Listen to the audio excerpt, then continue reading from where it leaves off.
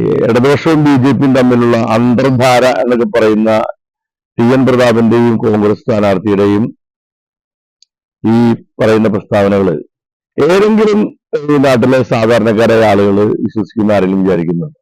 തൃശൂരിലെ 7 നിയോജക മണ്ഡലങ്ങളിലും വിജയം സുനിശ്ചിതമെന്ന് LDF സ്ഥാനാർത്ഥി VS സുനിൽകുമാർ.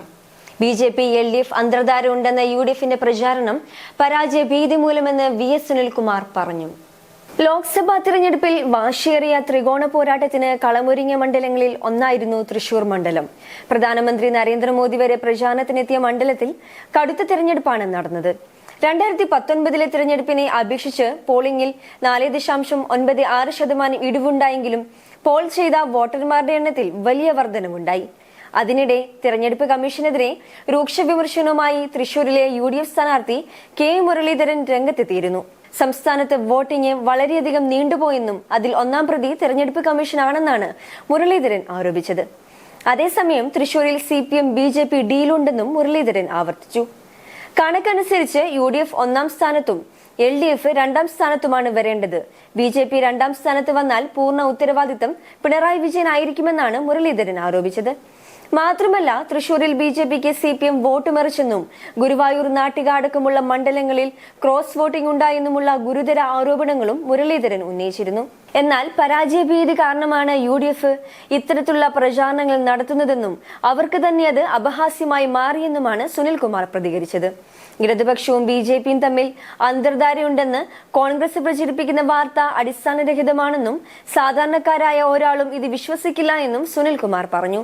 ഇത്തരം സ്റ്റേറ്റ്മെന്റുകൾ നടത്തേണ്ടി വരുന്നത് തങ്ങളുടെ കാലിന്റെ അടിയിലെ മണ്ണ് ഒലിച്ചു പോയിക്കൊണ്ടിരിക്കുന്ന സന്ദർഭത്തിലാണ്. ടി.എൻ. പ്രതാപനെ പോലുള്ള ആളുകൾ ഇതുപോലെയുള്ള വിഡ്ഢിത്തരങ്ങൾ, രാഷ്ട്രീയ മണ്ടത്തരങ്ങൾ എഴുന്നള്ളിക്കുക എന്ന് പറയുന്നത് അത് അത്രമാത്രം പരാജയം ഉണ്ടായിട്ട് വേണം. കാരണം ഇപ്പോ ഈ ചാവക്കാട് റാലി മാറ്റിവെച്ചോട് കൂടിയിട്ട് UDFന്റെ ആത്മവിശ്വാസം നഷ്ടപ്പെട്ടിരിക്കുകയാണ്. ചാവക്കാട് റാലി മാറ്റിവെക്കേണ്ടി വന്നതിന് പ്രധാനപ്പെട്ട കാരണം പൗരത്വ നിയമത്തെ സംബന്ധിച്ച് കേന്ദ്ര നേതാക്കന്മാർക്ക് കൃത്യമായ മറുപടി പറയേണ്ടി വരും എന്നുള്ളതുകൊണ്ടാണ്. ഗുരുവായൂർ മണ്ഡലത്തിലെ വോട്ടർമാരോട് പൗരത്വ നിയമത്തെ പറ്റി പറയാതെ എങ്ങനെയാണ് UDFന്റെ നേതാവ് സംസാരിക്കാൻ പറ്റുക? ഏതെങ്കിലും ഒരു ദേശീയ നേതാവ് ഇവിടുത്തെ UDF കാൻഡിഡേറ്റിന് വേണ്ടി ഇവിടെ വന്ന് പ്രസംഗിച്ചിട്ടുണ്ടോ? അറിയപ്പെടുന്ന ദേശീയ നേതാക്കന്മാർ ആരും വന്നിട്ട് എന്തുകൊണ്ടാണ് പൗരത്വ നിയമത്തെ പറ്റി സംസാരിക്കേണ്ടി വരും എന്നുള്ളതുകൊണ്ടാണ് അവർ വരാതിരിക്കുന്നത്. അപ്പോ കേന്ദ്ര നേതൃത്വം തന്നെ എഴുതി തള്ളിയിട്ടുള്ള സീറ്റാണ് തൃശ്ശൂരിലെ UDFന്റെ സീറ്റ്. അതുകൊണ്ട് LDF സംബന്ധിച്ചിടത്തോളം ഇതിന് യാതൊരു ആശങ്കയും ഞങ്ങൾക്കില്ല. BJP ഇവിടെ 3-ാം സ്ഥാനത്ത് പോകും. 3-ാം സ്ഥാനത്ത് 2-ാം സ്ഥാനം സംബന്ധിച്ച തർക്കം അവർക്കുണ്ടെങ്കിലും BJP 3-ാം സ്ഥാനത്ത് പോകുന്നുള്ള വിശ്വാസമാണ് ഞങ്ങൾക്കുള്ളത്. കാരണം BJP സ്ഥാനാർത്ഥി കഴിഞ്ഞ 2019 ഇലക്ഷന് പിടിച്ച വോട്ടൊന്നും ഇത്തവണ പിടിക്കാൻ പോകുന്നില്ല. ടി.എൻ. പ്രതാപൻ അടക്കമുള്ള ആളുകൾ എഴുന്നള്ളിക്കുന്നത് രാഷ്ട്രീയ മണ്ടത്തരമാണെന്നും കാലിന്റെ അടിയിലെ മണ്ണൊലിച്ചു പോകുന്ന അവസ്ഥയിൽ എത്തിയതുകൊണ്ടാണ് അവർ ഇത്തരത്തിലുള്ള ആരോപണങ്ങൾ ഉന്നയിക്കുന്നതെന്നും V സുനിൽകുമാർ ആരോപിച്ചു. ചാവക്കാട് റാലി മാറ്റിവെച്ചതിന് കാരണം UDFന്റെ ആത്മവിശ്വാസം നഷ്ടപ്പെട്ടതുകൊണ്ടാണെന്നും കേന്ദ്രത്തിൽ നിന്നും മുതിർന്ന കോൺഗ്രസ് നേതാക്കളെത്തി UDFന്റെ പ്രചാരണ പരിപാടികളിൽ പങ്കെടുക്കാഞ്ഞത് പൗരത്വ നിയമ ഭേദഗതിയെ സംബന്ധിച്ച് കൃത്യമായ മറുപടി പറയേണ്ടതുകൊണ്ടാണെന്നും അദ്ദേഹം കുറ്റപ്പെടുത്തി.